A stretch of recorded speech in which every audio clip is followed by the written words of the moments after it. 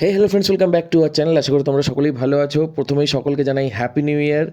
এবং আজকে আমরা দেখে নিয়েছি বছরের প্রথম cinema 21, steering late great ধর্মেন্দ্রজি, Joydeep Ahlawat, Agusta Nanda and many others, directed by one of my favourite director Shriram Raghavan, produced by ম্যারক। তো কেমন লাগলো সিনেমাটা?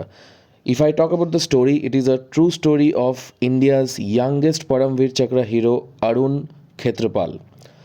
তো একটা ওয়ার ফিল্ম যেমন হয় সেরকমই হয়েছে। তোমরা ট্রেলার ডেফিনেটলি দেখেছো।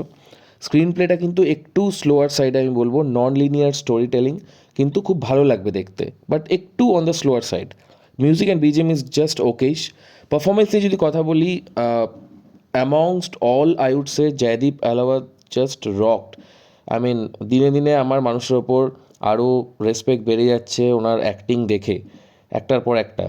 তো মানে কিছু কিছু সিন আছে যেগুলো আমি বলতে পারছি না, মানে তাহলে স্টোরিটা বলে দেওয়া হয়ে যাবে, যেখানে he didn't have a sentence, a dialogue, just চোখ দিয়ে আর তার ফেশিয়াল এক্সপ্রেশন দিয়ে ব্যাকগ্রাউন্ড মিউজিকেই পুরো সিনটা টেনে দিয়েছে, specially in the climax.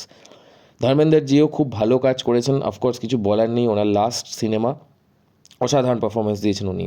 Cameo করেছেন কিন্তু এখানে আসরানি জিও এবং দীপক ডোবরিয়াল। ভিভান শাহরও কিন্তু একটা খুব ইম্পর্টেন্ট রোল আছে এই সিনেমাটিতে, এবং সেও কিন্তু খুব ভালো কাজ করেছে।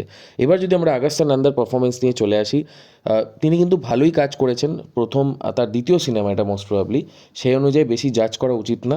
নেভারলেস তার বডি ল্যাঙ্গুয়েজ এক্সপ্রেশনেও কিন্তু টু দি পয়েন্টই ছিল almost throughout the movie.